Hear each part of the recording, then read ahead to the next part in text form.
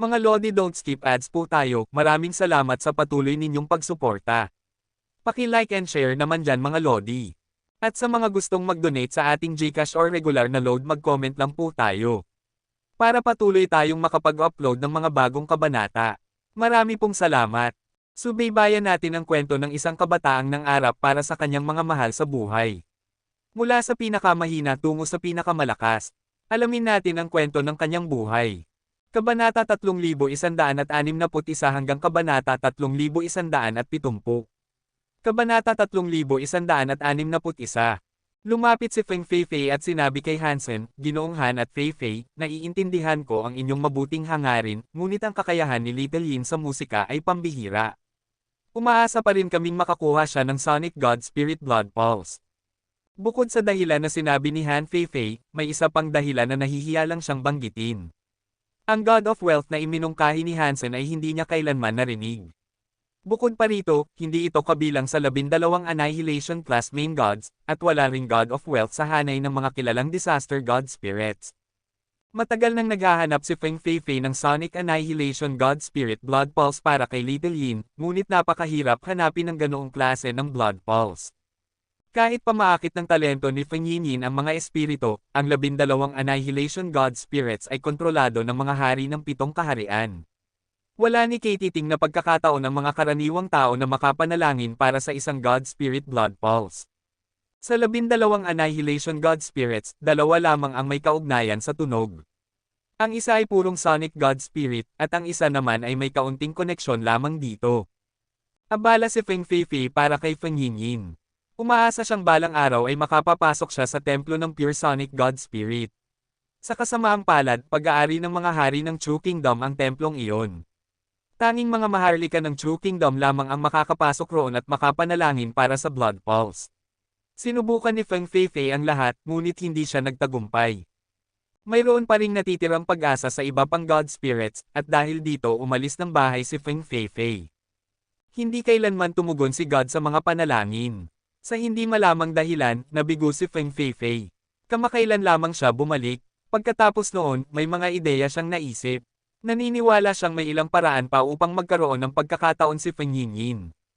Tiya, ayos lang, sabi ni Feng Yinyin na nakangiti. Ang God Spirit na ipinakilala sa akin ni Sanmo ay siguradong magaling.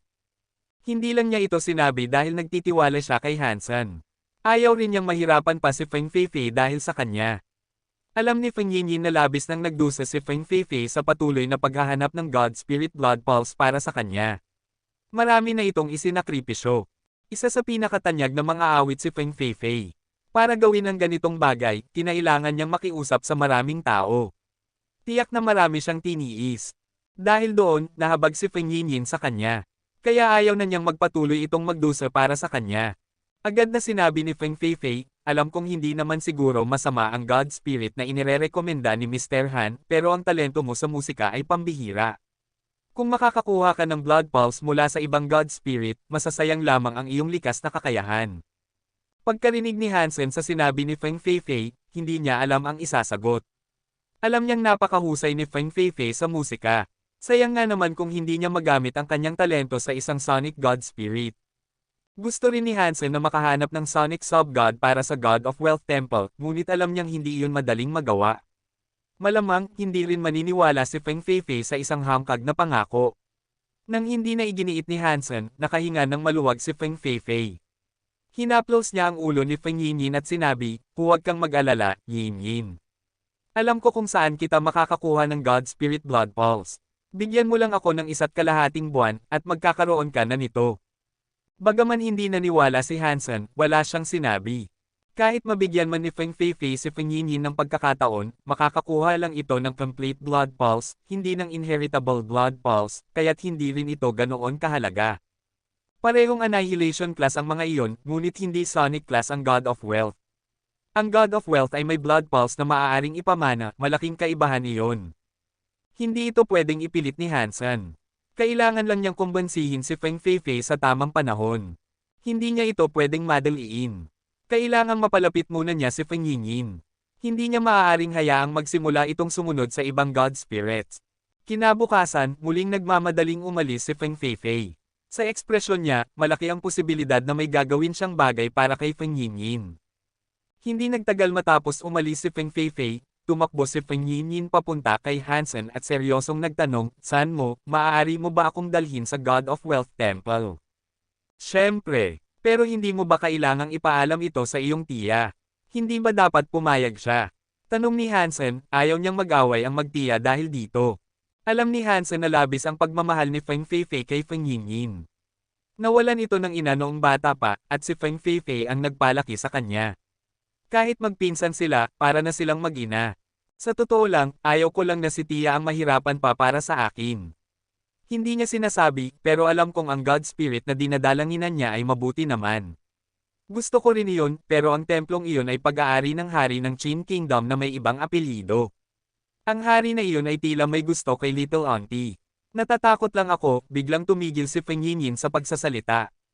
Naintindihan ni Hansen ang ibig niyang sabihin. Humanga siya sa pagiging maunawain ni Feng Yinyin. Bata pa, pero malalim ng mag-isip. Hindi nakapagtataka na siya ang muling pagkabuhay ni Xiang Yin. "Sige, dadalhin kita sa God of Wealth Temple," sabi ni Hansen na nakangiti. Hindi Sonic God Spirit si God of Wealth, pero hindi kanya bibiguin. "Hindi pa ako banibigo ni San mo," sagot ni Feng Yinyin na kumikindat. Huli na para dalhin si Feng Yinyin sa Gold Crystal System, kaya ginamit ni Hansen ang Sky God Crown. Binuhat niya sina Bauer at Feng Yinyin at dinala sila sa God of Wealth Temple. Lumitaw sila sa altar. Tiningnan ni Feng Yinyin si Hansen na may gulat. "Paano mo nagawa iyon? Paano ka nakapunta sa templo ng Diyos mula sa bahay agad?" "Dahil templo ko ito," sagot ni Hansen na nakangiti. "Malaya akong makapasok at makalabas dito." "Templo mo? Isa ka bang God Spirit, San mo?" Tanong ni Feng Yinyin na puno ng kuryosidad. Sa isang banda, "Oo," tugon ni Hansen. "Hindi naman kamukha mo ang rebeltong ito," sabi ni Feng Yinyin habang tinitingnan ang estatwa ng God of Wealth. Ito ang rebulto ni Hansen, gawa mula sa God Base. Suot ni Hansen ang Sky God Crown, kaya siya ay pansamantalang naging God Spirit. Hindi siya tunay na Diyos, kaya malabo ang mukha ng estatwa at hindi makilala. Ang Sky God Crown sa ulo ng rebulto ay kapareho ng suot ni Hansen. "Patikin mo ng isang patak ng dugo ang God Stove," sabi ni Hansen, sabay turo sa kalan sa gintong altar. Tumanggaw si Feng Yinyin. Lumapit siya sa kalan at kinuha ang kutsilyo. Bahagyang nanginginig ang kamay niya sa kaba. "Huwag kang matakot," sabi ni Hansen. "Pag-aari ko ang lugar na ito. Ano man ang talento mo, makakakuha ka ng inheritable blood pulse." "Salamat, San mo." Medyo nawala ang kaba ni Feng Yinyin, kaya pinutol niya ang kanyang daliri at pinatak ang dugo sa God Stove. Maya-maya, tumunog ang God Stove ng isang banal na tunog. Kumalat ang gintong liwanag. Mula sa kalan, lumitaw ang isang puno ng gintong liwanag. Ang gintong punong iyon ay umakyat sa langit. Marami itong iba't ibang uri ng barya, isang money tree. Kabanata 3162. Alam niyang isa lang itong ilusyon at kakaibang tanawin. Pero nang makita niya ang punong pera na may maraming barya na nakasabit sa mga sanga nito at maramdaman ang aura ng gintong punong pera at ang kalangitang puno ng mga bituin, napanganga siya sa gulat. Ang mga barya sa punong pera ay nahulog. Diretso itong tumama kay Feng Yinyin. Natunaw ang mga ito sa kanyang katawan. Ang kanyang katawan ay nagkaroon ng marka ng God Spirit na kahugis ng isang barya. Agad itong nagliwanag. Lalong tumingkad ang liwanag nito. Ang punong-puno ng mga barya ay bumagsak. Lahat ito ay natunaw papasok sa katawan ni Feng Yinyin. Kasabay nito, ang Sky God Crown ay nakatanggap ng isang kahangahangang mensahe. Spirit Strength, 10 bituin. Gene Potential, 10 bituin. Compatibility, 9 na bituin. Kabuuan, S-Class Blood Pulse Inheritor. Ginagamit ba ito ng mga God Spirit para magpasya kung kanino nila ibibigay ang kanilang blood pulses? Sa parehong oras, nakatanggap pa si Hansen ng mas maraming mensahe mula sa Sky God Crown. May 4 na pagpipilian para ibigay ang blood pulse ng tao, 1 corner, broken, perfect, at inheritor. Ang 1 corner ay nangangahulugang ang isang God Spirit blood pulse ay ibibigay ng random. Ito ang pinakamababang antas na maaaring ipasa ng isang God Spirit blood pulse. Nagbibigay ito ng kaunting blood pulse ng God Spirit. Hindi ito gaanong makapangyarihan. Ginagawa lang nitong baguhan ang isang tao bilang Genecaster. Mas maganda naman ang broken God Spirit blood pulse. May mga katangian ito ng God Spirit ngunit hindi buo. Hindi rin ito ganoon kalakas. Hindi na kailangang ipaliwanag ang perfect. Ibig sabihin nito ay ibinibigay ng isang God Spirit ang perpektong blood pulse at lumilikha ng isang kontrata. Kapag kailangan ng tao, maaari niyang tawagin ang kontrata ng God Spirit para magsanib at lumaban ng magkasama. Ang mga God Spirit ay kayang gamitin ang kanilang namamanang blood pulse. Binibigyan nito sila ng dagdag na lakas para lumaban. Siyempre, ibinibigay ng mga God Spirit ang mga benepisyong ito sa mga tao para tulungan silang lumakas. Kapag ang mga tao ay may kontrata sa isang gene race, kumukuha ng kapangyarihan mula roon ng mga God Spirit para sa kanilang sarili. Parehong nakikinabang, lumalakas ang tao, at nakakapag-ipon ng lakas ang mga God Spirit. Kapag mas malakas ang gene race, mas maraming kapangyarihan ang nakukuha nila. Ang kapangyarihang nakukuha ay ginagamit para makagawa ng God base. Kapag nagbigay ang mga God Spirit ng blood pulse sa mga tao, nangangahulugan ito ng panganib na baka masaktan din sila. Kung hindi magaling ang taong pinili, hindi mangangahas ang isang God Spirit na magbigay ng perpektong blood pulse. Hindi rin sila magbibigay ng inheritor blood pulse. Napakahusay ni Feng Yinyin. Kahit hindi siya ganap na tugma, ang S-rank na antas niya ay sapat na para maging karapat-dapat sa isang inheritor blood pulse. Kahit gaano pa kababa ang resulta ni Feng Yinyin, ibibigay pa rin ni Hansen sa kanya ang inheritor blood pulse. Para kay Hansen, sapat na siyang perpekto. Sa ngalan ng God of Wealth, ibinibigay ko sa iyo ang aking blood pulse. Feng Yinyin, nais mo bang maging tagapagmana ko? Hinawakan ni Hansen ang noo ni Feng Yinyin. Ang Sky God Crown ay nagliwanag ng banal na liwanag. Binalot nito si Feng Yinyin sa liwanag ng Diyos. Handa ako, seryosong sagot ni Feng Yinyin. Boom! Ang gintong liwanag ng Sky God Crown ay parang bukal ng tubig. Bumulwak ito pababa sa marka ng barya sa kanyang noo. Nabuo ang kakaibang koneksyon sa pagitan nila. Matapos may sigawa ang ritual ng tagapagmana, naramdaman ni Hansen na humina ang kapangyarihan ng Sky God Crown. Nagsimulang magdilim ang buong ilaw ng God of Wealth Temple. Kung wala si Decapitation Queen na nagbabantay dito, malamang na naging Disaster God Spirit na ito. Hindi na kayang pigilan ng templo ang kapangyarihan nito. Naisip ni Hansen, hindi ko alam kung kailan muling mababawi ang kapangyarihan ng Sky God Crown. Ang mga inheritor blood pulse ay hindi pwedeng ibigay basta-basta. San mo, isa ka talagang God Spirit. Alam na ni Feng Yinyin na si Hansen ang God of Wealth, ngunit hindi nagbago ang kanyang ugali. Masaya siyang ngumiti at halatang tuwang-tuwa. Sinabi ni Hansen kay Feng Yinyin, ito ay sikreto natin. Huwag mong sasabihin kahit kanino, pati sa auntie mo. Ayaw niyang tignan siya ng mga tao na parang halimaw. Ito ay magiging sikreto natin lang, sabi ni Feng Yinyin sabay kindat. Ngayon, hintayin nating makakuha ako ng gene race. Pagkatapos yun, magsisimula na akong makinabang. Panang pag-asa si Hansen, ngunit hindi pa niya alam kung ilang gene race ang makukuha ni Feng Yinyin bago siya makalakam ng sapat na lakas para makabuo ng God base. Pagkatapos pag-isipan, nagpasya si Hansen na ilabas ang isang King Class gene egg at ibigay ito kay Feng Yinyin. Ngumiti siya at sinabing, subukan mo ito. Kaya mo bang gamitin ang God of Wealth blood pulse para mapisa ito? Hindi tumanggi si Feng Yinyin. Tinanggap niya ang gene egg at ginamit ang God of Wealth blood pulse para subukang pasunurin ito. Dahil napakalakas ng Annihilation God Spirit blood pulse, mabilis na nasipsip ng God Spirit mark ang King Class gene egg. Agad itong napisa. Kasabay nito, naramdaman ni Hansen ang kakaibang kapangyarihang nagmula sa God Spirit mark. Dumaloy ito papunta sa Sky God Crown. Medyo nabigo si Hansen. Habang suot ang Sky God Crown, ang lakas na iyon ay parang pagbuhos lang ng isang basong tubig sa loob ng isang swimming pool, napakaliit ng epekto. Para makalikha ng God base, kailangan niya ng napakaraming lakas. Sa kabutihang palad, kapag nag-evolve pa ang gene race sa loob ng God Spirit mark ni Feng Yinyin, makakakuha si Hansen ng bahagi ng kapangyarihang iyon. Mas malakas ang gene race, mas malakas din ang balik sa kanya. Sa ngayon, dahil nagsisimula pa lang itong mapisa, naiintindihan niyang maliit pa ang nakuhang lakas. Hindi nakapagtataka kung bakit gusto ng mga God Spirit na magkaroon ng maraming tagasunod. Kung isa lang, baka abutin ng napakatagal bago makabuo ulit ng God base, naisip ni Hansen habang nag-iisip ng paraan para magkaroon ng mas maraming miyembro sa kanyang templo.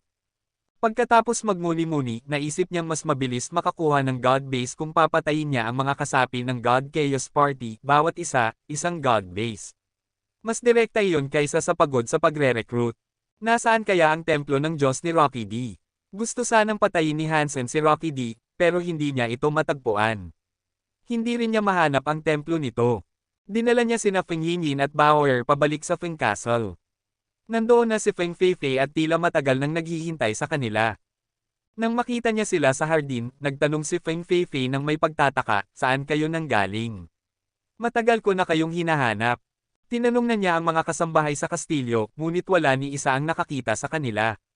Wala raw sila roon. Little auntie, bakit mo kami hinahanap?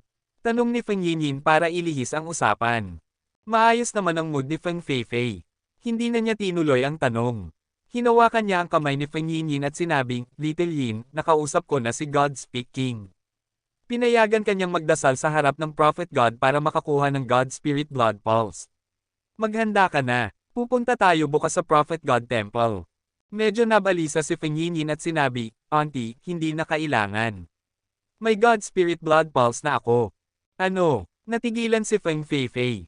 Hindi siya makapaniwala. Paano ka magkakaroon ng God Spirit Blood Pulse? Buong tapang na sinabi ni Feng Yinyin, Auntie, pinakiusapan ko si San mo na dalhin ako sa God of Wealth Temple. Nakakuha ako ng God of Wealth Blood Pulse mula roon. Nagulat si Feng Feifei. Nag-iba-iba ang ekspresyon ng kanyang mukha. Walang salitang makapaglalarawan sa naramdaman niya. Napakaraming pagod at pabor na ibinuhos niya para mangyari ito. Lahat ng koneksyon, sakripisyo, at pabor na ginamit niya ay parang nabura sa isang salita lang ni Feng Yinyin. Kabanata 3163. Little Yin, pinasakit mo ang loob ni Tia. Namumula ang mga mata ni Feng Feifei na tila say subog na ang luha.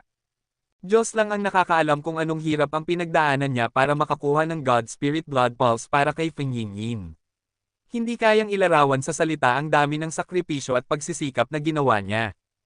Ang dami niyang isinuko para kay Feng Yinyin. Ngayon, para bang may nagbuhos ng isang timba ng yelo sa kanyang ulo. Napakasakit sa pakiramdam. Kung iba lang ang nakaranas nito, baka nabaliw na sila. Pero nakakagulat na kalmado pa rin si Feng Feifei. Nang makita ni Feng Yinyin ang anyo ng kanyang tiya, inabot niya ang mga kamay nito at sinubukang ipaliwanag. Tiya, patawarin mo ako. Alam kong ginawa mo ang lahat para sa akin, pero napakaganda talaga ng God Spirit na nahanap ni San mo. Mas magaling ito kaysa kay Prophet God. Kahit gaano kagaling, kaya ba nitong higaitan si Prophet God? Sige na nga, lumaki ka na, hindi mo na kailangan ang pagbabantay ko. Malungkot na malungkot si Feng Feifei. Kung hindi lang iniligtas ni Hansen ang buhay niya, baka pinatay na niya ito. Namula rin ang mga mata ni Feng Yinyin. Hinawakan niya ang mga kamay ni Feng Feifei at ipinaliwanag ang nangyari. Tia, huwag kang ganyan. Masakit sa akin kapag nakikita kitang ganyan. Ang God Spirit na ipinakilala ni San mo ay napakahusay talaga. Isa itong Annihilation God Spirit. An Annihilation God Spirit. Alin iyon? Anong klaseng blood pulse ang natanggap mo? Hindi pa rin tuluyang nakakalma si Feng Feifei. Nang marinig niyang Annihilation God Spirit ang nakuha ni Feng Yinyin, may bahagyang pag-asa na bumalik sa kanya. Kahit hindi ito Sonic God Spirit, Annihilation class pa rin ito, kaya hindi masama. Mas mainam iyon kaysa sa kung ano lang ang makuha. Iyon po ang binanggit ni San mo kanina, mabilis na sabi ni Feng Yinyin. Ang God of Wealth po iyon.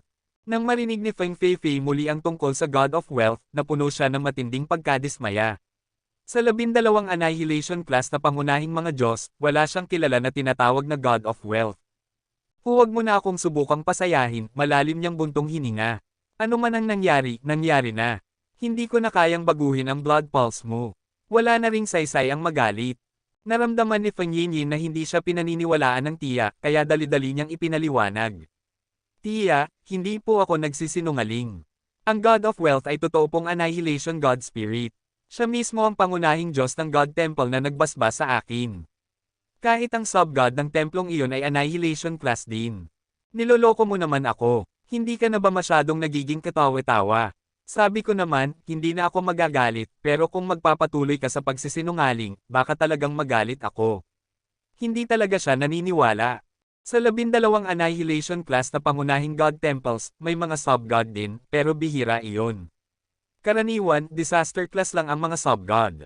Wala pang God Spirit na may sub-God na kasing class ng main God. Tiya, hindi po talaga ako nagsisinungaling. Hindi na alam ni Feng Yinyin kung paano pa ipapaliwanag kaya sinabi na lang niya ang totoo. Ang God of Wealth at ang sub-God nito ay parehong Annihilation God Spirits. Ang God of Wealth ay nagbigay sa akin ng Inheritor Blood Pulse. Natigilan si Feng Feifei nang marinig ang tungkol sa isang Inheritor Blood Pulse. Hindi siya makapaniwala. Ang ganitong uri ng Blood Pulse ay hindi basta-basta nakukuha.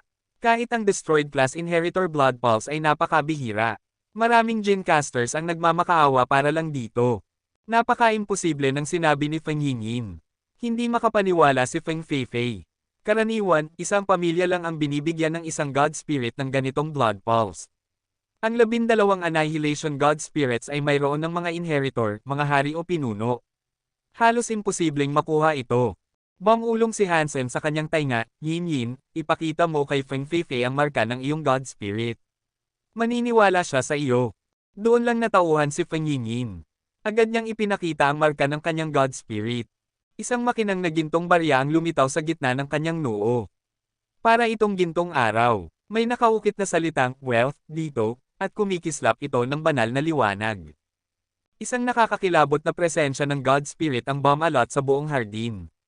At higit pa roon, ito ay simbolo ng isang Annihilation God Spirit.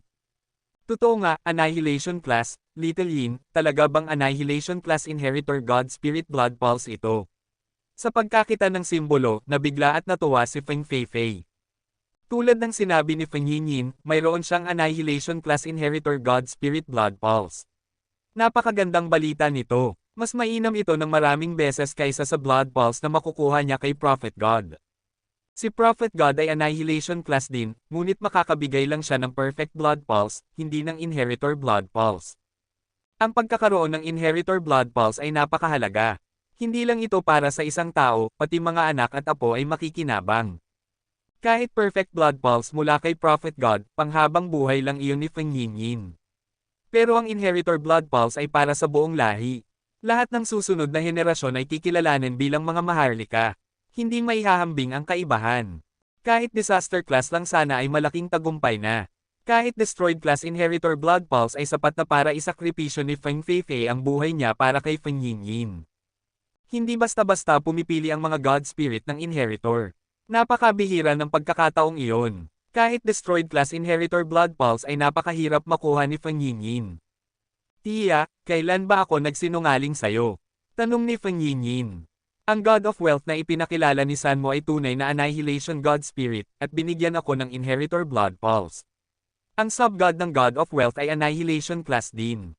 Kaya ngayon, may dalawang Annihilation Class Authority God Powers ako, ang Wealth at Death Sentence. Ang marka ay nagpapatunay lamang na ito ay Annihilation Class, pero hindi nito kayang ipakita kung ito nga ay Inheritor Blood Pulse. Tumingin si Feng Feifei kay Hansen na para bang humihingi ng kumpirmasyon. Tumango si Hansen. Nabigla at natuwa si Feng Feifei, ngunit hirap pa ring paniwalaan. Masasabing labag ito sa lahat ng kanyang alam. Tumalon ang tibok ng kanyang puso. Inilipat niya ang kanyang Holy Phoenix kay Feng Yinyin. Ang kanyang Holy Phoenix ay isang God-class gene race. Nasa ultimate mode ito, ngunit hindi si Feng Yinyin ang nagpalaki. Kung wala siyang Annihilation Class Inheritor Blood Pulse, hindi niya ito makokontrol. Little Yin, subukan mong magsanib sa Holy Phoenix. Sabik ngunit kinakabahan si Feng Feifei. Sana nga ay totoo ang sinabi ni Feng Yinyin, ngunit natatakot din siyang baka hindi. Tinanggap ni Feng Yinyin ang Holy Phoenix. Tinawag niya ito upang magsanib. Napakalakas ng Holy Phoenix. Sa ilalim ng dalawang Annihilation Class God Spirits, hindi ito tumutol ni lumaban. Payapa nitong tinanggap ang pagsasanib. Para bang matagal na nilang ginagawa ito. Dahil ayaw ni Feng Yinyin na pagdudahan pa siya, ginamit niya ang kombinasyon na kasanayan, Phoenix Sound. Nang marinig at makita ito ni Feng Feifei, tumulo ang mga luha niya ng walang tigil. Tiya, bakit po? Hindi ko ba nailabas ng maayos? Nag-aalalang tanong ni Feng Yinyin habang inaalalayan si Feng Feifei. Lumuhad si Feng Feifei sa harap ni Hansen at nagsabi, ginawa ni Ginoong Hansen ang napakaraming kabutihan para sa pamilyang Feng. Wala kaming maibabayad na sapat. Bago pa man siya tuluyang lumuhod, inabot siya ni Hansen at pinigilan. Ako at si Yinyin ay itinadhana lang na magkakilala. Tumulong lang ako. Ikinagagalak kong gawin iyon. Sana lang, huwag ka nang magalit sa desisyon ko. Ako ang naging mangmang at maling nagparatang. Patawarin mo ako, at kahit anong parusa o gusto mong ipagawa, gagawin ko, sabi ni Feng Feifei, habang namumula ang mukha. Kabanata 3164. Miss Feng, Masyado kang magalang, sabi ni Hansen. Hindi ko naman kayang parusahan ka, pero may isang bagay akong gustong hingin ng tulong mo. Kung may kailangan ka, gagawin ko ang lahat para matulungan ka, seryosong tugon ni Feng Feifei. Kahit ibuwis ko pa ang lahat, gagawin ko ang lahat ng makakaya ko para matupad ang nais mo. Hindi naman ganon kabigat, sabi ni Hansen. Gusto ko lang sanang hilingin na alagaan mo muna si Bauer habang wala ako. Pwede mo siyang dalhin sa mga lugar para maglaro. Medyo abala ako nitong mga araw, at mukhang hindi pa rin ako magkakaroon ng oras para sa kanya. Huwag kang mag-alala, Ginoong Han. Ituturing kong parang sariling anak si Bauer. Pagkasabi nito ni Feng Feifei, bigla niyang napagtanto na parang may mali sa sinabi niya kaya siya namula. Alam ni Feng Feifei na hindi na niya dapat ipaliwanag pa dahil baka lalo lang maging awkward. Nagpanggap na lang siyang walang nangyari. Kung ganun, pakialagaan mo si Bauer, Miss Feng, sabi ni Hansen na may ngiti. Ginoong Han, tawagin mo na lang akong Feifei, wika ni Feng Feifei habang marahang hinahawakan ang kamay ni Bauer. Sa harap mo, hindi ko kayang marinig na tinatawag mo akong Miss. Sige, tumango si Hansen. Pagkatapos ay sinabi niya kay Bauer, Bauer, kung gusto mong maglaro o kumain ng kahit ano, sabihin mo lang kay Miss Feifei. May kailangan lang gawin ang tatay mo kaya wala akong oras para sa'yo ngayon. Naiintindihan ko, Dad, sabi ni Bauer habang kumikislap ang mga mata. Tinitigan siya ni Hansen. Alam niyang may masamang plano na namumuo sa isip ng bata pero tinamad na siyang hulaan kung ano iyon. Kamakailan lang, may ilang ideya si Hansen na gusto niyang subukan. Umaasa siyang mapagsasama niya ang Blood Pulse Sutra at Zuan Yellow Sutra para makagawa ng Break World Power. Kahit kayang baguhin ng Break World Power ang ikot ng mundo, kung hindi naman niya iligtas ang sarili, baliwala rin iyon. Binabantayan pa rin siya ni na Rocky D at ng God Chaos Party, kaya kailangan niya maging handa. Bumalik si Hansen sa kanyang silid at nagsimulang magsaliksik tungkol sa Break World Power, umaasang matutunan niya ito bago magsimula ang God Fights. Bauer, saan mo gustong pumunta? Tanong ni Feng Feifei habang nakaluhod sa harap ng bata. Hindi ko alam kung saan masaya, mahinahong sagot ni Bauer. Bakit hindi ikaw na lang ang mamili, Sister Feifei? Sandaling nag-isip si Feng Feifei bago nagmungkahi, bakit hindi tayo pumunta sa playground? Para sa mga bata lang iyon. Hindi ako sasama. Umiling si Bauer. Kung ganun, saan mo gustong pumunta? Tanong ni Feng Feifei na may ngiti. Napansin niyang parang matanda na kung umasta si Bauer. Pumihit ng mata si Bauer at nagtanong, may pub ba dito sa malapit? Hindi ka dapat pumunta sa ganong lugar. Bata ka pa, nahihiyang tumanggi si Feng Feifei. Komendat si Bauer at tumingin kay Feng Feifei. Sister Feifei, hindi ka pwedeng ganyan. Ganon paano? Tanong ni Feng Feifei na litong-lito. Hindi niya alam kung bakit iyon nasabi ni Bauer. Ngumiti si Bauer ng mapanokso. Gusto mo ba si Dad? Namula si Feng Feifei. Ano bang pinagsasabi mo? Iyan nga ang dahilan kung bakit sinasabi kong hindi ka pwedeng ganyan, seryosong sabi ni Bauer. May nanay ako. Kapag ganyan ka, wala kang laban. Nalungkot ang tingin ni Feng Feifei. Hinawakan pa rin niya ang kamay ni Bauer, lumuhod sa harap niya at ngumiti. Bauer, masyado kang nag-iisip. Hinahangaan at pinasasalamatan ko lang si Ginoong Han. Wala nang higit pa roon. Hindi ko gustong sirain ang pamilya ninyo. Mali, napaka-mali. Sister Feifei, mali ka talaga. Ang nanay ko ay nasa ibang mundo. Dito sa mundong ito, si Dad lang ang nandito. Alam mo ba kung gaano siya kalungkot? Isa siyang lalaking mag-isang nag-aalaga ng anak. Alam mo ba kung gaano iyon kahirap? Ayaw mo ba siyang tulungan? Masiglang wika ni Bauer. Kung narinig lang ni Hansen ang sinabing iyon ni Bauer, siguradong napaduwal siya sa dugo. Dahil sa madalas na pagsasama nila ni Han Jinji, halatang lamandi na ang bata. Kahit totoo naman ang sinabi ni Bauer, mali ang paraan ng pagkakasabi niya. Ang nanay mo, napalambot ang tingin ni Feng Feifei. May ningning ng pagiging mapagmahal na ina sa kanyang mga mata. Gusto sana niyang yakapin si Bauer. Ngunit pinigilan siya ni Bauer gamit ang kanyang maliliit na kamay. Sa tono ng isang matanda, sinabi niya, kaya nga, Sister Feifei, mali ang diskarte mo. Ang mga lalaki, gusto nila ng mga babaeng medyo malandi. Ang mga babae na kagaya mo, mabait at maganda, hindi nakakabihag ng puso ng lalaki. Han, gusto ba ng tatay mo ng malalanding babae? Nagtatakang tanong ni Feng Feifei. Hindi naman yung sobrang sama, paliwanag ni Bauer ng seryoso. Sa panlabas lang. Gusto nilang mukhang medyo masama, pero sa loob, mabait pa rin. Iyon ang tipo ng babae na gusto ni Dad. Kulang ka lang sa kakaibang kilig o malanding dating na gusto niya. Kapag pinagsikapan mo, siguradong may in love sa'yo si Dad. Pangako ko yan. Tinitigan siya ni Feng Feifei at nagtanong, kung ganon, paano ko makukuha ang ganong malanding aura? Siya ang may pinakamagandang reputasyon sa tatlong sikat na mga awit. Sikat siya bilang banal, inosente, at dalisay. Kita iyon sa kanyang mukha. Sa katunayan, elegante ang kanyang mukha at personalidad. Hindi siya yung tipong babae na basta-basta lang kaakit-akit. Kailangan mong obserbahan ang mga tao sa pang-araw-araw na buhay, sabi ni Bauer. Tere sa pub para ipakita ko sa'yo kung anong klaseng babae ang gusto ni Dad. Hinailan niya si Feng Feifei palabas ng bahay. Bagaman alam ni Feng Feifei na parang may mali, napasunod siya kay Bauer at lumabas sila ng Feng Castle. Hindi alam ni Hansen na ginagamit siya ni Bauer para samantalahin si Feng Feifei at dalhin ito sa isang pub. Abala siya sa silid, pinag-aaralan ang Break World Powers. Ang Zuan Yellow Sutra at Blood Pulse Sutra ay parehong mula sa iisang kasanayan, ngunit magkasalungat ang mga elemento. Parang yelo at apoy, kaya napakahirap pagsamahin. Bukod pa rito, dahil sa mga problema sa mga batas ng mundo, mahirap silang pag-isahin. Matagal na itong pinag-aaralan ni Hansen, ngunit wala pa rin siyang tagumpay. Kaya ginamit niya ang kapangyarihan ng God of Wealth at ilang authority ng God Spirit. Doon siya nagkaroon ng bagong ideya. Ang mga God Spirit ay nakakagamit ng katawan ng tao para bumaba sa mundo. Sa ganitong paraan, napapalaki nila ang kanilang kapangyarihan nang hindi naaapektuhan ng mga batas. Pwede ko rin kayang magawa iyon. Pinag-aaralan ni Hansen ang ideyang ito. Siyempre, hindi niya balak bumaba tulad ng isang tunay na God Spirit. Ang ginagamit niya ay ang tunay niyang katawan. Mas tama sigurong sabihin na bahagi ito ng kanyang pagsasanay, tulad ng Dangshan Sutra Armor o The Story of Jin's Spell.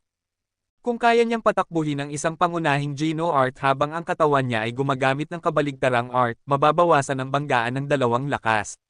Sa ganoong paraan, magkakaroon ang katawan niya ng sabayang epekto ng dalawang art. Ang problema lang, wala si Hansen ng Reverse Dangshan Sutra, o Reverse the Story of Jin's, kaya walang batayan ang Blood Pulse Sutra para gamitin iyon. Kung gayon, kaya ni spell na gawing kabaligtaran ang aking Blood Pulse Sutra. Naisip ni Hansen habang naghahanda sa eksperimento. Kabanata 3165. Pinilit ni Hansen na sirain ang mga batas ng mundo. Sa maikling panahon na mayroon siya, ipinatawag niya si Spell. Hindi naman talaga nagbago si Spell. Ang kanyang puting baluti, mahabang puting buhok, at puting mga mata ay lahat nakadagdag sa kanyang kagandahan. Parang isang estatwa ni Venus ang dating niya. Wala nang oras si Hansen para humanga sa mukha ni Spell. Sa panahong iyon, hindi siya tatagal ng matagal. Kumabog ang kanyang puso. Sinimulang damaloy ang kapangyarihan ng Blood Pulse Sutra sa katawan ni Spell. Matapos itong tumakbo ng isang beses, nawala ito. Wala itong nabuo na kapangyarihan. Nanlamig si Hansen. Alam niyang nabigo siya. Pinatakbo niyang muli ito, at nakumpirma niyang hindi kayang tumakbo ng Blood Pulse Sutra sa katawan ni Spell. Ibinaba niya ang kapangyarihan at tinanggap ang mga limitasyon ng mundo.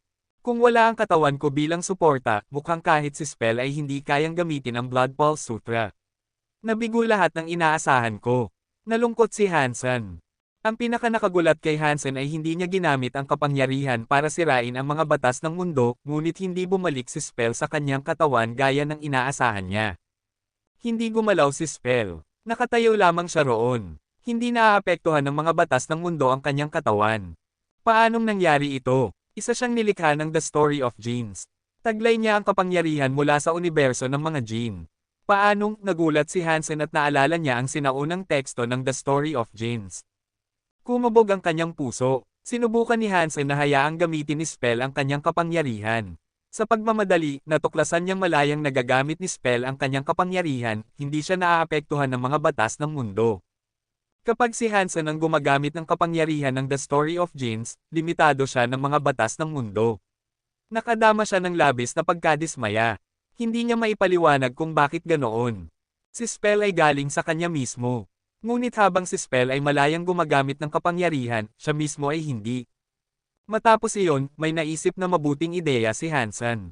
Kung si Spell ay malayang makagamit ng kapangyarihan ng The Story of Jin's, kailangan lang niyang pag-aralan ang kabaligtarang bersyon nito. Kapag nagawa niyang pagsamahin ang sarili niya kay Spell, makakapasok siya sa Break World Mode.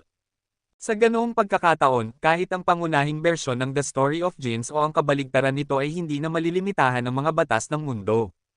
Hindi magiging madali ang pag-aaral ng kabaligtarang bersyon ng The Story of Jeans. Pero kung nagawa ni Old Cat na pag-aralan ang Reverse Blood Pulse Sutra, walang dahilan para ako'y mab-aigo. Nagpa siya si Hansen. Kailangan niyang pag-aralan ang kabaligtarang bersyon ng The Story of Jeans. Ang paglikha ng bagong GenoArt ay hindi isang bagay na kayang matapos sa 1 o 2 araw. Kahit ang matatanda o dalubhasa ay hindi basta-basta nakakagawa nito. Gusto sanang pag-aralan ni Hansen ang Break World Power bago magsimula ang laban ng mga Diyos, ngunit tila imposibleng mangyari iyon.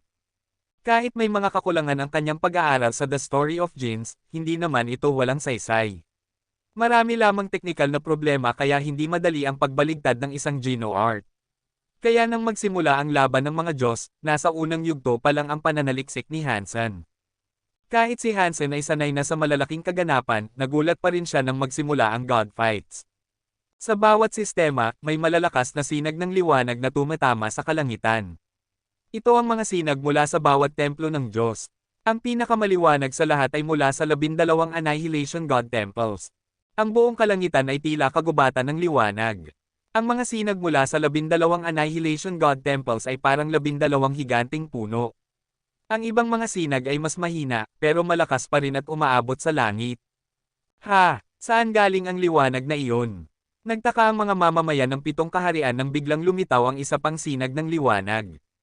Ang sinag na ito ay mas maganda kaysa sa lahat ng liwanag ng 12 templo. Iba-iba ang sinag ng bawat Annihilation God Temple. May kanya-kanyang elemento at kapangyarihan ng kani-kanilang God Spirit. Ang bagong sinag na ito ay purong ginto.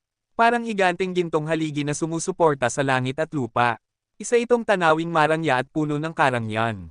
Sandali lang tumagal ang gintong liwanag bago ito lumiwanag at tuluyang naglaho. Maraming dalubhasa ang nagsabi na ang gintong sinag ay nagmula sa Gold Crystal System, pero walang nakakaalam kung saan eksaktong bahagi nito nagmula.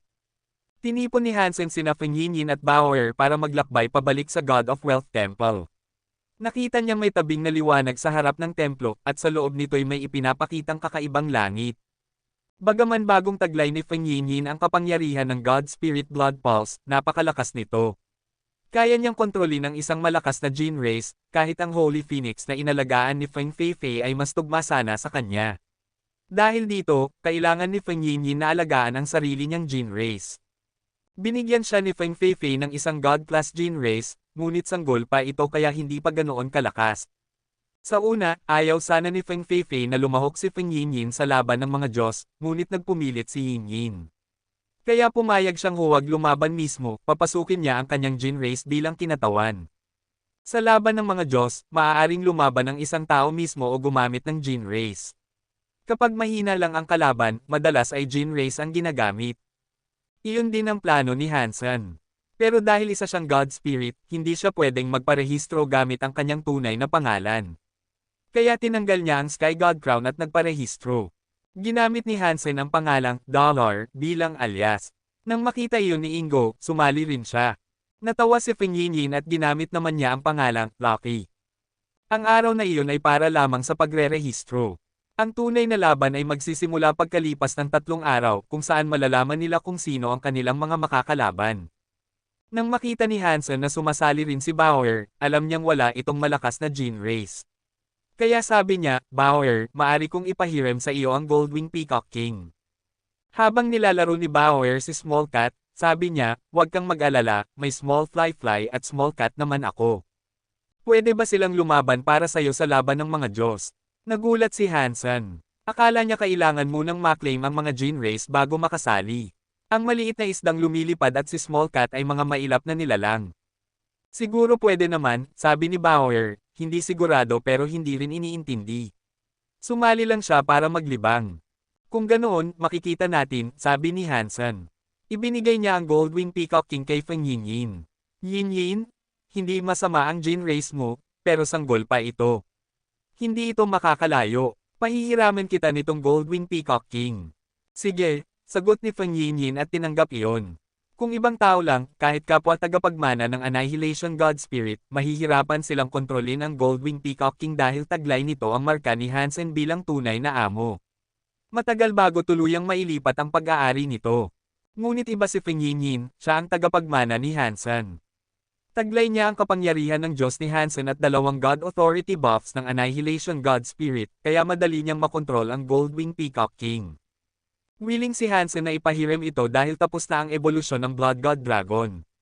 Kahit wala siyang suporta ng Blood Pulse, sapat na sa kanya ang Blood God Dragon kaya hindi na mahalaga ang Goldwing Peacock King. Kabanata 3166 Blood God Dragon, Mutant God Class, Ultimate Mode. Gene Skills, Blood Dragon Flying into the Sky, Dragon Consummation, God Blood Change. Magaganda ang tatlong gene skill ng Blood God Dragon. Katulad ito ng sa Golden Wing Peacock King, ngunit may dagdag itong buff mula sa Blood Dragon God Pulse. Malayong mas malakas ito kaysa sa Golden Wing Peacock King. Si Hansen ay orihinal na nagplano na gamitin ang Cast God Court upang gumawa ng God Spirit Gene Race, ngunit alam niyang matagal pa iyon bago matapos. Malapit nang magsimula ang mga labanan kaya ipinagpaliban muna niya ang kanyang plano. Mabilis lumipas ang 3 araw. Ang God Spirit Blood Pulse ni Feng Feifei ay hindi mula sa Jade Wall City, kaya umalis siya roon upang lumahok sa mga laban ng mga Diyos. Ginamit ni Li Bingyu ang dahilan na iyon upang umalis din ng Jade Wall City at bumalik sa Huweidao Palace. Bago siya umalis, naniniwala si Li Bingyu na kaya niyang patayin si Qin Bai at sirain ang dugo ng Qin Kingdom. Sa totoo lang, marami siyang pagkakataon. Ngunit nang mas makilala niya si Hansen, napagtanto niyang hindi siya magtatagumpay sa anumang pagtatangka. Kahit wala si Hansen, hindi pa rin niya kayang patayin si Qin Bai. Kung naroon sina Jian Bugo at si Bauer kasama ang kanyang maliit na lumilipad na isda, hindi niya magagawa ang kanyang misyon. Ang lahat ng nasa paligid niya ay napakalakas. Leader, bumalik ka na. Sigaw ng mga miyembro ng palasyo nang makita nilang nagbalik si Li Bingyu. Nagulat sila, at tuwang-tuwa si Su Lingger. Sinabi ni Li Bingyu na delikado ang kanyang paglalakbay. Kaya't ang kanyang matagumpay na pagbabalik ay labis na ikinagalak ni Su Lingger at ng iba pa. Maayos pa ba ang grupo? Malamig na tanong ni Li Bingyu. Habang narito si Teacher Ling, maayos naman po ang lahat, sagot ni Su Lingger. Pagkakita ni Li Bingyu sa mga mukha nila, alam niyang may nangyaring hindi kanais-nais. Noong araw, ipinatapon ni Jian Bugo ang Wuweidao Palace palabas ng Qin Kingdom. Namatay ang guro ni Li Bingyu sa gitna ng kanilang labanan.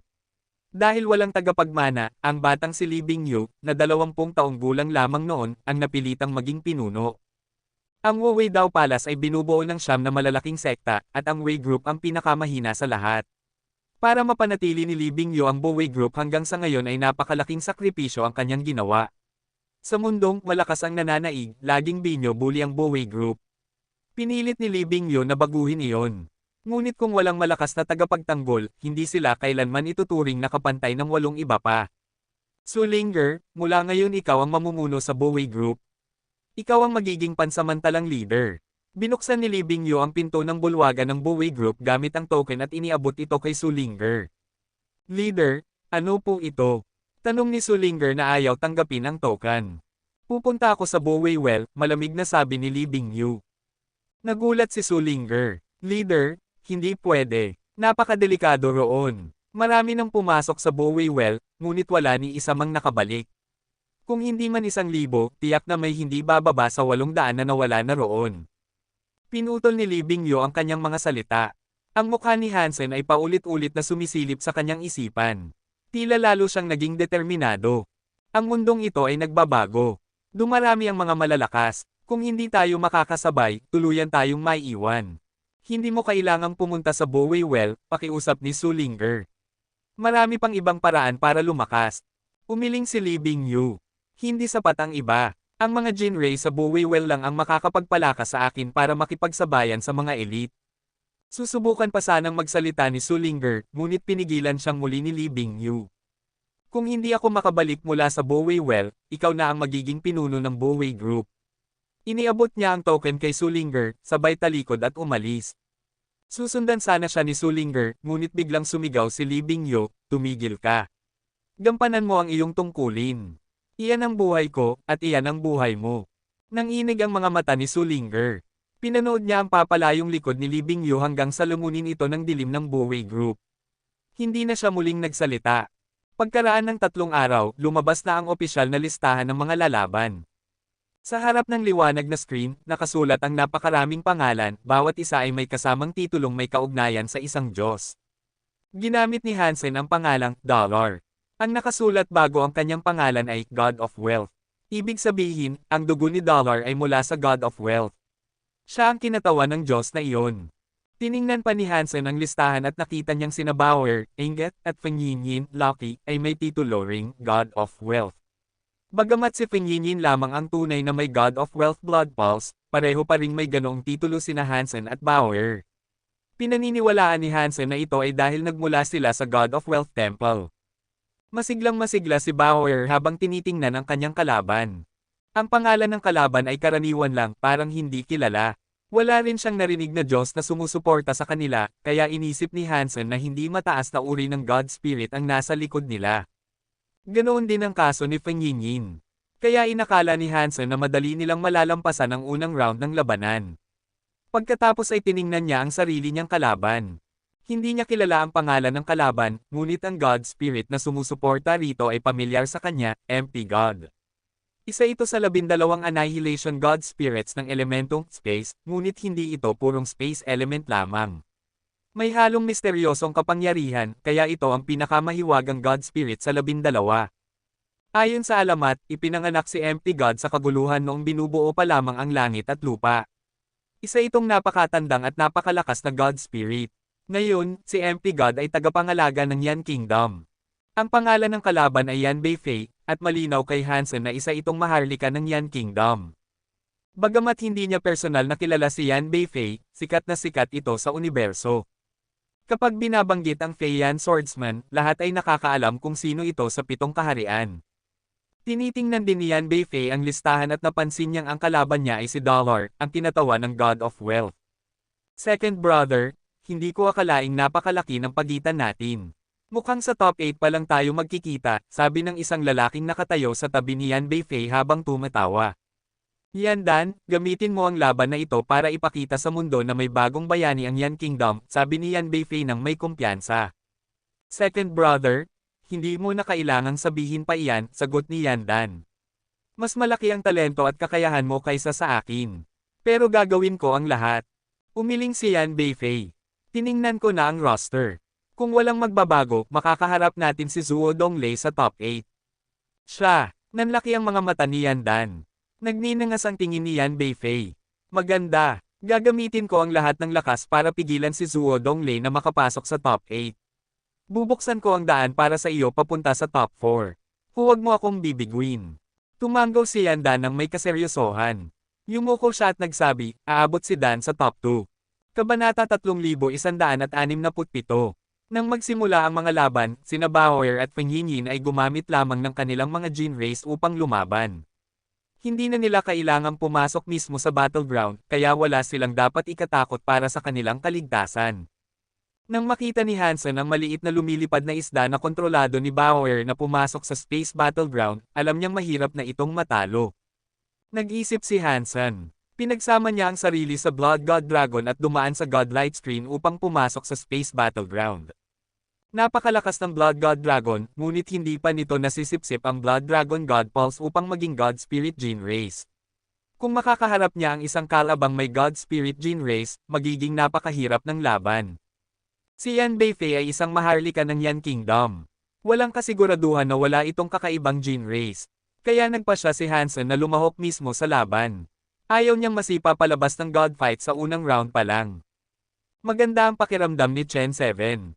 Pinagawa niya ang kanyang King Class Gene Race na maging adult mode. Handa na siyang lumaban sa God fights. Wala siyang mataas na inaasahan. Kung makakagawa siya ng dissenting performance sa God fights, baka mas ma-impress sa kanya ang God Spirit na kanyang sinasamba. Ibig sabihin, maaari siyang pagkalooban ng mas magandang God Spirit Blood Pulse. Ang God fights ay para lamang sa mga tao. Para sa mga God Spirit, isa itong pagsubok. Makikita ng mga God Spirit ang laban ng kanilang mga mananampalataya. Sa panunood nila, natatantya nila kung gaano kalakas ang isang nilalang at kung may potensyal ito o wala.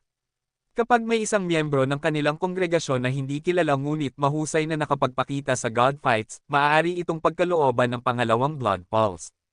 Siyempre, kailangan itong maging kamanghamanghang pagtatanghal. Kung pangkaraniwan lang, hindi maaakit ang mga God Spirit. At kahit ganoon, napakababa ng posibilidad na mangyari ito. Bagaman si Hansen ay may kapangyarihan ng isang God Spirit, tanging si Feng Yinyin lamang ang may blood pulse ng God of Wealth. Naibigay na sa kanya ang pinakamataas na uri ng God Spirit blood pulse, kaya wala nang kailangang subukan pa. Bukod dito, sa tuwing nananalo si Feng Yinyin, nakakatanggap ng gantimpalang kapangyarihan ang God of Wealth. Habang mas mataas ang ranggo ni Feng Yinyin, mas malakas ang gantimpala. Kung makamit niya ang unang pwesto, napakalaki ng gantimpala, sapat upang makabuo ng panibagong God base. Sayang lang, kahit mayroon si Feng Yinyin ng Golden Wing Peacock King, maliit ang tsansa niyang makuha ang unang pwesto. Kaya't hindi masyadong umaasa si Hansen sa kanya sa ngayon. Mas mababa ang layunin ni Chen 7. Gusto lang niyang magpakitang gilas. Nang makita niyang ang unang kalaban niya ay isang miyembro ng God of Wealth na nagngangalang Inget, natuwa siya. Natakot siya na baka makalaban niya ang isang miyembro ng kilalang God Spirit. Lalo na kung galing sa 12 Annihilation God Spirits o kahit sa Disaster God Spirit, tiyak hindi niya kaya. Sinuri ni Chen 7 ang lahat ng kilalang God Spirits. Ang God of Wealth ay hindi kabilang sa Annihilation o Disaster God Spirits, at hindi rin ito isang sikat na Destroyed God Spirit. Ni hindi pa niya narinig ang pangalang Inget. Kaya inisip niyang maganda ang kanyang pagkakataon. Nang makita ni Chen 7 ang isang puting jade na lumilipad na isda, halos isang talampakan ng haba, halos natawa siya. Halatang natakot ang kalaban at nagpadala lamang ng Jin Race. Pinanatili niya ang kanyang composure. Ang maliit na lumilipad na isda ay mukhang katawa-tawa. Maliit, may pakpak, at cute, pero ang pagiging cute ay walang silbi. Sa tingin pa lang nito, parang isang sampal lang ay lilipad na. Huwag ninyong sisihin si Chen 7 kung magiging malupit ako. Sisihin niyo ang mundong ito sa pagiging malupit, sabi ni Chen 7 habang tumatawa. Tinawag niya ang kanyang King-class Gene Race, Tyrannosaurus Rex King. Sa harap ng maliit na lumilipad na isda, hindi na niya planong pumasok mismo sa laban. Ipapagamit niya ang Tyrannosaurus Rex King upang durugan ang maliit na isda sa isang iglap. Ang adult form ng Tyrannosaurus Rex King ay napakalaki, halos 3 palapag ang taas. Nang lumapag ito sa battleground, tumangala ito at umatungal. Ang dagandong nito ay umugas sa mga bundok at ilog. Isa itong mabangis at malupit na halimaw, malaking kaibahan sa maliit, cute, at parang inosenteng isda na masayang pumapadyak ng palikpik. Number 7, ikaw ang pinakamahusay. Hindi nakapagtatakang anak kita. Brother 7, ikaw ang the best. Anak, sugurin mo na ang kalaban. Old 7, patayin mo ang maliit na isda. Huwag kang maging mabait. Ang pagiging mabait sa kalaban ay kalupitan sa sarili mo. Ang mga kaibigan at pamilya ni Chen 7 ay nanunood sa harap ng isang God Temple. Todo sigaw sila sa pagsuporta. Bagaman hindi niya maririnig ang kanilang mga tinig, labis na nangganyo si Chen 7. Inutusan niya ang Tyrannosaurus Rex King na sumugod sa maliit na lumilipad na isda.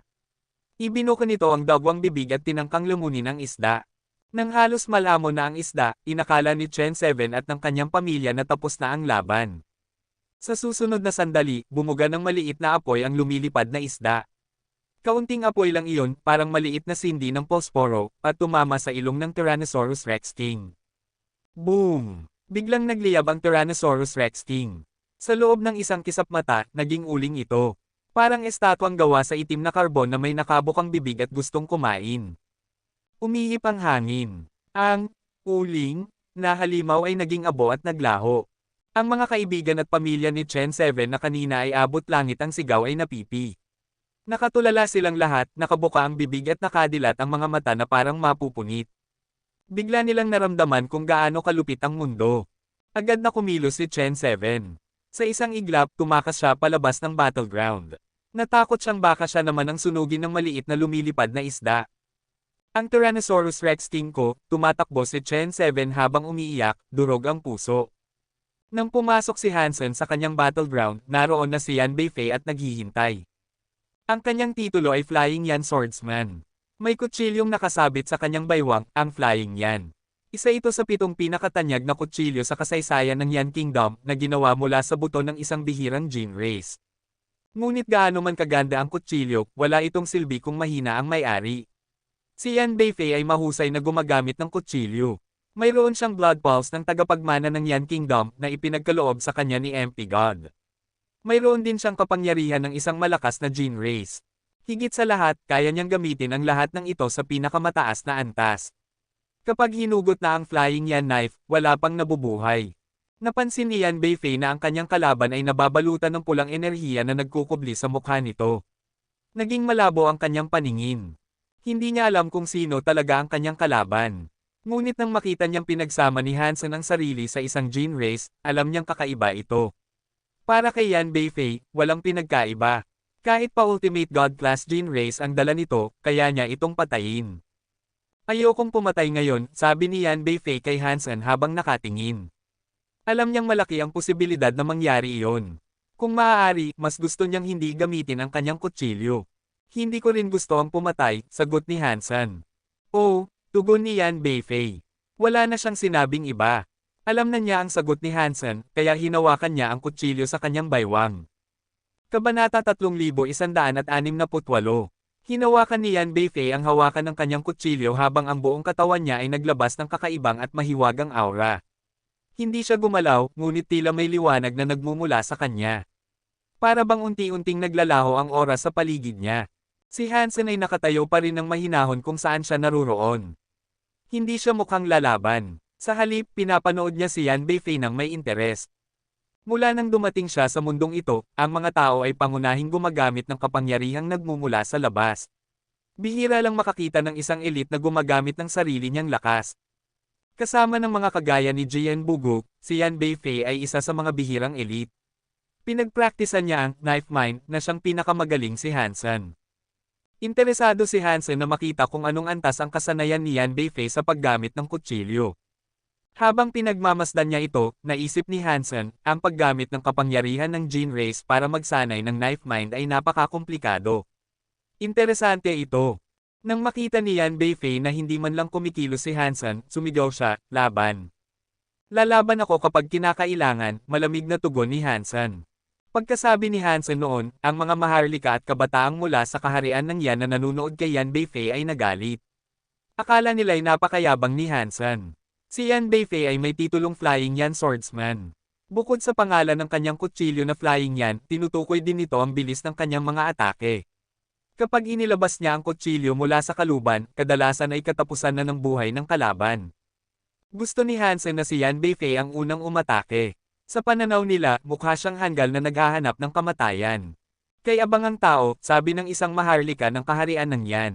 Gusto pa niyang maunang umatake si Ginoong Yan. Siguradong mamamatay siya. Ang tapang niyang magyabang sa harap ng Flying Yan Swordsman, sabi ng mga prinsipe ng kaharian ng Yan.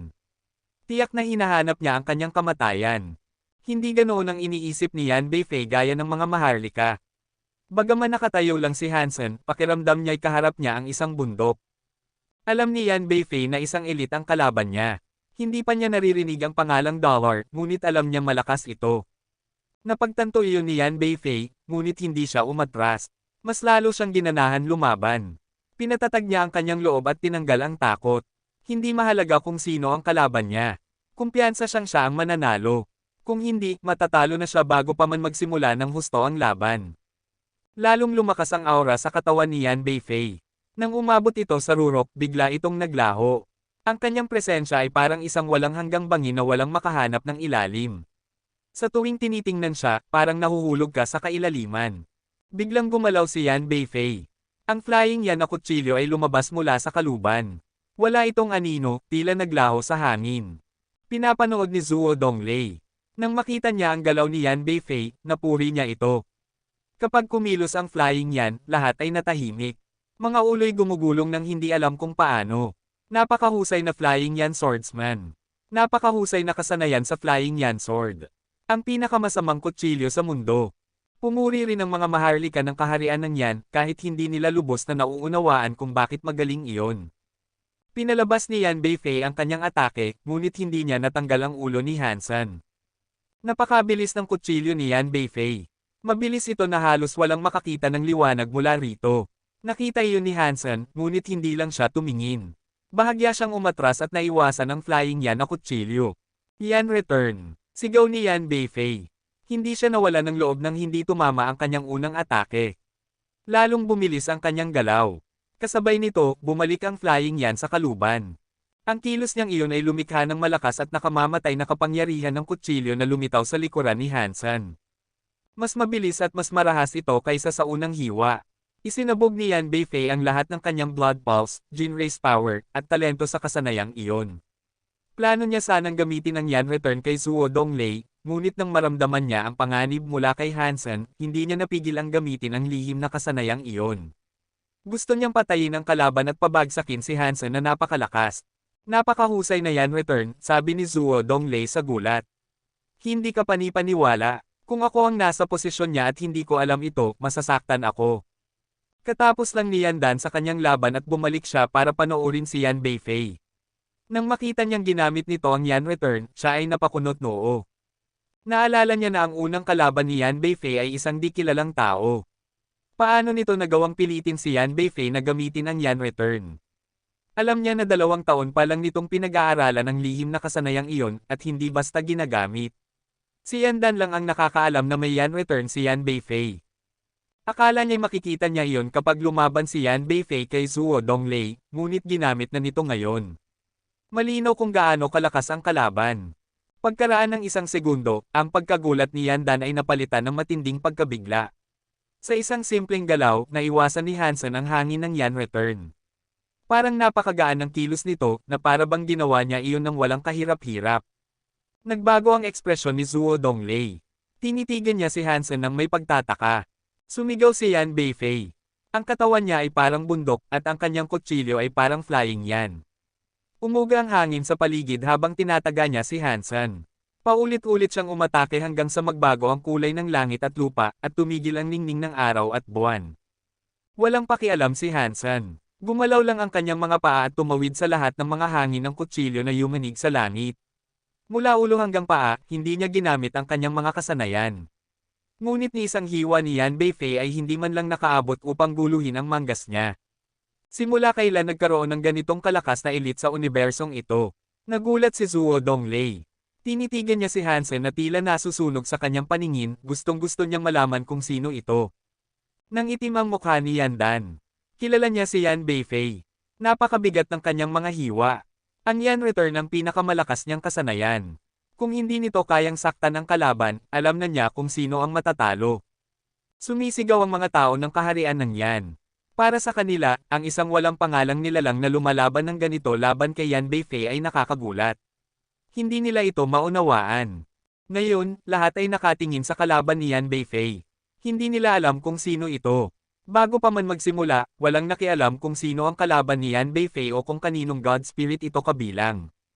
Maliban na lang kung isang sikat na elite, hindi nila naisip na maaaring matalo si Yan Beifei. Minsan lang nilang tiningnan ang talaan ng mga laban at napansin na ito ay isang hindi kilalang pangalan. Hindi pa nila maalala ang pangalan ng kalaban o ng God Spirit. Nang suriin muli, naguluhan sila. Dollar, God of Wealth, may makakapagsabi ba kung sino ito? Maging sina Yan Dan at Zuo Donglei ay naguguluhan tulad ng iba. Maaaring peke ang pangalan ng kalahok, ngunit hindi kailanman peke ang pangalan ng God Spirit. Hindi pa nila naririnig ang God of Wealth, at hindi rin nila alam kung anong antas ito. May nakakakilala ba rito kung sino ang God Spirit na God of Wealth? Tanong ni Yan Dan sa kanyang mga kasamahan, ngunit lahat sila ay naguguluhan din. Dollar, God of Wealth, nakaka-interest, sabi ni Zuo Donglei habang tinitingnan si Hansen ng may matinding interest. Kabanata 3169. Si Hansen ay nabigo. Ang isip ng kutsilyo ni Yan Beifei ay hindi masama, ngunit mayroon pa ring distansya sa pagitan nito at ng tunay na mga elite sa kaharian ng Sansinukob. Biglang tumigil si Yan Beifei sa pagpapakawala ng kanyang mga kasanayan sa kutsilyo. Itinigil niya ang pag-atake kay Hansen at itinaas ang isang kutsilyo patungo sa langit. Tiningnan ni Yan Beifei si Hansen at tinanong, marunong ka bang gumamit ng kutsilyo? Hindi gumamit ng kasanayan si Hansen. Dahil si Yan Beifei ay isang mandirigmang may espada, napansin ng kanyang matalim na pandama ang kakaibang bagay. Parang pinupuri ni Hansen siya. Bagaman ang mga kasanayan ni Yan Beifei ay hindi pinakamataas, naroon pa rin ang potensyal sa loob niya. Marami pa siyang oras upang umunlad sa hinaharap. Hindi masama, sabi ni Hansen sabay tango. Mukhang may alam ka rin. Tungkol sa mga kasanayan sa kutsilyo, hindi ako kasing husay mo. Natalo ako sa laban na ito, sabi ni Yan Beifei, ngunit idinugtong pa, ngunit ito ay laban na kailangan kong mapanalunan. Kaya, patawad. Pagkatapos noon, ang katawan ni Yan Beifei ay nagliyab ng kapangyarihang kayang punutin ang espasyo. Lumitaw sa likuran niya ang mga pakpak ng isang itim na ibon. Sino si Dollar? Paano niya napilit si Yan Beifei na gamitin ang bihirang lahi ng Jin ng marangal na pamilya Yan, ang Rip Space Nine Rob Yan? Napatingin ang mga mararangal ng kaharian ng Yan sa kakaibang anyo ni Yan Beifei. Ang Rip Space Nine Rob Yan ay isang lahi ng Jin mula pa sa mga ninuno ng pamilya hari ng kaharian ng Yan. Nabuhay na ito sa loob ng ilang dosenang henerasyon, ngunit hindi pa naaabot ang Ultimate Mode. Nasa katawan pa lamang ito ng isang ganap na adulto. Napakahirap paunlarin ang mga bihirang lahi ng Jin. Kahit maraming yaman ang gamitin, hindi laging nagtatagumpay. Ganoon din ang Rip Space Nine Rob Yan. Kailangan nitong malampasan ang siyam na pagsubok upang maabot ang Ultimate Mode. Sa ngayon, 8 pa lamang ang nagagawa nito kaya hindi pa ganap. Kahit ganoon, dahil bawal gamitin ang God Spirit sa God Fights, ito na ang pinakamalakas na kapangyarihang maipapakita ni Yan Beifei. Bawat kaharian ay may sariling God Spirit Gene Race, ngunit sa ganitong laban, walang naglalakas loob gumamit nito upang hindi mailantad ang kanilang pinakamalakas na sandata. Kaya sa mga pinapayagang lumahok, ang pinakamakapangyarihang lahi ay ang may ultimate body. Halos ganoon na ang lakas ng Rip Space Nine Rob Yan. Kung normal na laban lamang, mas pipiliin ni Yan Beifei na matalo kaysa gamitin iyon. Ngunit ngayong kailangan niyang tulungan si Yan Dan, gagawin niya ang lahat upang manalo. Pagkatapos niyang magsanib sa Rip Space Nine Rob Yan, naging tila Diyos siya sa langit. Ang bawat galaw niya ay kayang punutin ang espasyo. Tumingin si Hansen kay Yan Beifei at malamig na nagsabi, walang kwenta. Ang lahi ng Jin ay ekstensyon lang ng sariling kapangyarihan. Ipakita mo ang tunay mong lakas. Tulad ng gusto mo. Ibibigay ko ang lahat ngayon, sagot ni Yan Beifei habang marahang ibinabalik ang Flying Yan knife sa kaluban nito. Muli niyang hinawakan ang hawakan. Parang huminto ang oras, maging ang espasyo ay tila nagyelo. Nang bunutin ni Yan Beifei ang kutsilyo, ang espasyo ay napunit ng kanyang atake. Sa bilis at lakas ng hiwa, tila teleportasyon ang galaw. Ang karaniwang tao ay hindi makakaiwas sa ganoong bilis. Ngunit si Hansen ay hindi ordinaryong tao. Mahusay siya sa teleportasyon at nakipaglaban na sa mga elite na kayang mag-teleport ng walang hanggan. Kaya para sa kanya, hindi ito ganoon ka-epektibo. Napabuntong hininga si Hansen. Itinaas niya ang kanyang kanang kamay, ginamit ang palad bilang kutsilyo, at gumalaw upang salubungin ang hiwa ni Yan Beifei. Parang anino, biglang nagkapalit ng posisyon sina Hansen at Yan Beifei, magkatalikod na sila. Hindi nakita ng mga manunood ang nangyari. Dahan-dahang lumingon si Yan Beifei at tinanong si Hansen, ano ang tawag sa kasanayan mong iyon sa kutsilyo? Wala. Isa lang iyong random na galaw, hindi kasanayan sa kutsilyo, sagot ni Hansen nang hindi lumilingon. Diretso siyang lumakad papalabas ng arena. Blurg. Sumirit ang dugo sa dibdib ni Yan Beifei. May ilang marka ng hiwa mula balikat hanggang tiyan na nagpula sa kanyang baluti. Bumagsak ang kanyang katawan mula sa space battleground. Natahimik ang lahat ng mararangal at kabataang nanunood mula sa kaharian ng Yan. Walang makapaniwalang matapos gamitin ang Rip Space Nine Rob Yan, ang tanyag na Flying Yan Swordsman ay natalo sa isang hampas lang. Magaling, pero hindi talaga kasanayan sa kutsilyo. Sa tingin ko, napakabihira ng kasanayan ng taong ito, sabi ni Zuo Donglei habang nakatingin kay Hansen na may kakaibang tingin, tila handang lumaban. Hindi niya inasahan ang ganitong resulta. Hanapin ninyo agad kung saan matatagpuan ang templo ng Diyos ng Kayamanan, utos ni Yanda ng kalmado ngunit naglalagablab ang galit sa kanyang mga mata. Hindi sila magkadugo ni Yan Beifei sa iisang ina, ngunit itinuring nila ang isa't isa na tunay na magkapatid. Balak niyang ipaghiganti ito. Dan, hindi kita natulungan, mahina at dagwang sabi ni Yan Beifei habang lumalabas sa liwanag. Buhay pa siya ngunit sugatan. Kuya dalawa, buhay ka pa. Sigaw ni Yan Dan sabay yakap sa kanya. Buhay ako dahil pinabayaan niya akong mabuhay, sagot ni Yan Beifei. Napaka-misteryoso ng taong iyon. Ang mga kasanayan ko ay parang larong pambata sa harap niya. Mag-ingat ka kapag nakaharap mo siya. Pagkatapos ay nawalan siya ng malay. Bilis, dalhin ang manggagamot para gamutin si Kuya dalawa. Sigaw ni Yan Dan. Sa simula pa lang, walang umasa na matatalo si Yan Beifei. Ngunit nangyari ang kabaligtaran. Nang malaman ng lahat ang resulta, nagulat ang buong kaharian. Ang mga pangalang Dollar at Diyos ng Kayamanan ay biglang sumikat sa kaharian ng Yan. Dati walang nakakaalam, ngayon ay lahat ay alam na. Lalo na ang pangalang dollar. Kapag pinag-uusapan ng mga mararangal at mamamayan ng kaharian ng yan ang nangyari, parang nangangati ang kanilang ngipin sa galit. Para sa kanila, nang sabihin ni Hansen na random wave lang iyon at hindi kasanayan sa kutsilyo, iyon ay malaking panghahamak. Hindi nila alam na totoo ang sinabi ni Hansen, isa lang talaga iyong random na galaw. Ngunit sa mundo, ang pinakamasakit sa tao ay ang katotohanan. Kaya kinasuklaman ng buong kaharian ng yan si Hansen at hiniling nilang sa susunod na laban ay mapahiya siya. Ano man ang mangyari, hindi nila malilimutan ang mga pangalang dollar at Diyos ng kayamanan. Parang mga matalim na kutsilyong inukit sa kanilang puso, isang madugong kahihiyan na hinding-hindi nila malilimutan. Kabanata 3170. Nang manalo si Hansen, sina Feng Yinyin at Bauer ay nakabalik na rin matapos nilang parehong magwagi. Madali nilang tinalo ang kani-kanilang mga kalaban. Masaya si Feng Yinyin, ngunit nababagot si Bauer. Hindi man lang ako nakapasok para makipaglaban. Ang boring. Ano bang saysay ng laban at patayan? Hindi ba mas masaya kung may alaga ka at ipapasyal mo ang isda mo? Natatawang sabi ni Hansen. Masadong mahina ang mga kalaban, tugon ni Bauer habang nakabusangot. Walang kwenta. Sa susunod, marami ng malalakas na kalaban, sabi ni Hansen upang siya'y palubagan. Paglabas nila ng God of Wealth Temple, bumalik sila sa tirahan ng pamilya Feng. Naghanda na si Jian Bugo ng pananghalian para sa kanila. Ginoong Jian, napakasarap nitong meat pie mo, sabi ni Hansen habang kumakain kasama si Bauer. Pareho silang may hawak na meat pie at hindi mapigil ang papurihan ito. Minsang nabanggit ni Bauer na gusto niyang kumain ng meat pie, kaya agad nag-aral si Jian Bugo ng ilang recipe at paulit-ulit na nagsanay. Ngayon, sa wakas ay nagawa niyang perpektuhin ito. Kahit sino ang tumikim ay hindi makapagpigil. Hindi alam kung anong uri ng karne ang ginamit ni Jian Bugo, pero hiniwa niya iyon ng sobrang nipas, mas manipis pa kaysa pakpak ng kuliglig. Malambot at natutunaw sa bibig ang laman, samantalang malutong naman ang pastry sa labas. Sa bawat kagat, sumisirit ang sabaw ng karne at humahalo sa pastry, parang nasa langit ang lasa. Ginoo, sobra naman ang papuri ninyo, sabi ni Jian Bugo na nakangiti. Maliit na bagay lang ito. Dati akong palaboy, walang pambili ng pagkain sa mga otel, kaya natutunan kong magluto. Matandang Jian, kung magbubukas ka ng kainan, siguradong sisikat ka sa buong Sansinukob. Sabi ni Bauer habang puno ng mantika ang mukha at patuloy sa pagkain. Nakakatuwang marinig iyan, binibining Bauer, tugon ni Jian Bugo na nakangiti. Samantala, sa isang templo ng Diyos, pinapanood ni Rocky D ang talaan ng mga kalahok sa God Fights. Tumutok siya sa pangalang Dollar. Si Dollar ay marahil si Hansen.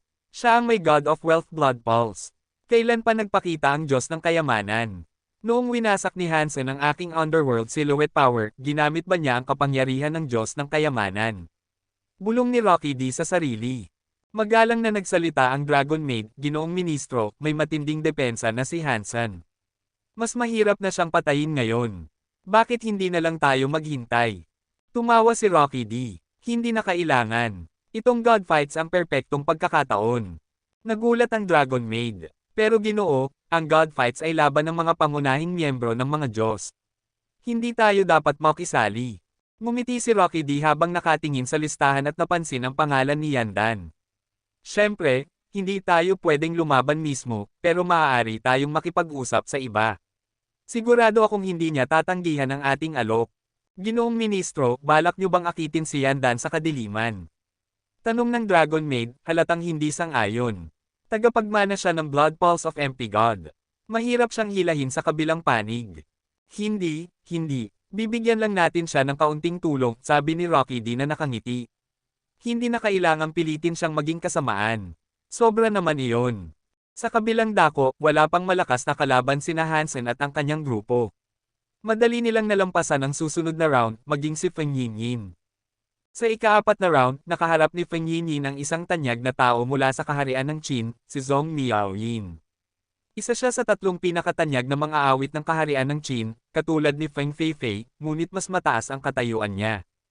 Hindi dahil mas mahusay siya kay Feng Feifei, kundi dahil magkaiba sila ng estilo. Si Feng Feifei ay elegante, samantalang si Zhong Miaoyin ay cute. Dahil anak siya ng hari ng mga awit na si Zhong Liqing, likas na mataas ang kanyang pinagmulan. Marami siyang tagahanga sa 7 kaharian. Kaya ng araw ng laban, maraming tao mula sa iba't ibang kaharian ang nanood.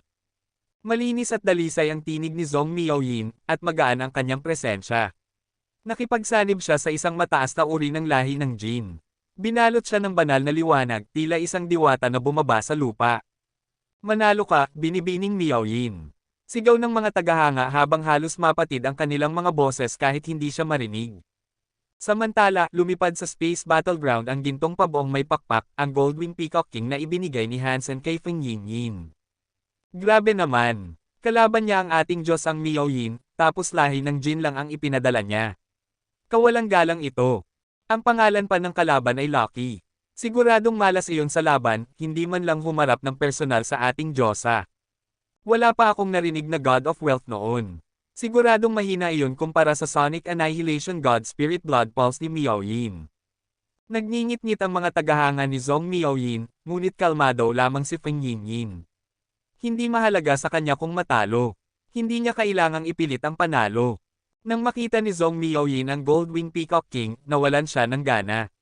Para sa kanya, ang lumaban sa isang lahi ng Jin ay nakakababa ng dignidad. Kaya tinawag din niya ang sariling lahi ng Jin, isang God-class Sonic Godbird na may ultimate body. Isa ito sa pinakamalakas sa mga Sonicong lahi. Lumipad ang Sonic Godbird patungo sa Goldwing Peacock King at naglabas ng nakakabinging sigaw. Umalangaw-ngaw ang mga alon ng tunog at ginawang alabok ang lahat ng tamaan. Ang kasanayan nito ay tinatawag na Shaking Sonic, isang malawak na attacking Sun Echo. Ngunit hindi ito pinansin ng Goldwing Peacock King. Kumislap ang mga mata nitong ginto, at sa isang iglap ay naging kidlat ng gintong liwanag. Pinunit nito ang kalangitan, winasak ang mga alon ng tunog, at tumagos sa katawan ng Sonic Godbird. Isang malungkot na huni ang narinig, ang dugo ng Diyos ay nagkalat. Naputol sa gitna ang Sonic Godbird at bumagsak, patay. Bago pa makapagsalita ang mga tagahanga, kumislap muli ng masamang liwanag ang mga mata ng Goldwing Peacock King. Binuksan nito ang bibig at nilamon ang katawan ng Sonic Godbird. Maging ang dugo nito ay sinipsip papasok sa tiyan. Anong? Gulat na sigaw ni Hansen habang pinapanood ang tagpo. Karaniwang, kapag masunurin na ang isang lahi ng Jin, hindi ito kakain ng kapwa lahi ng walang pahintulot ng amo. Ngunit ngayon, hayagang nilamon ng Goldwing Peacock King ang kalaban. Kita ni Hansen na nagulat din si Feng Yinyin, hindi niya ito inutusan. May kakaiba ba sa Goldwing Peacock King na ito? Bulong ni Hansen sa sarili. Ang Goldwing Peacock King ay isang mutant at God-class gene race, ngunit kakaiba ang pinagmulan nito. Nagmula ito sa isang mahiwagang stone stove, isang bagay na lagi nang pinagtatakhan ni Hansen kung bakit naglalaman iyon ng itlog ng gene.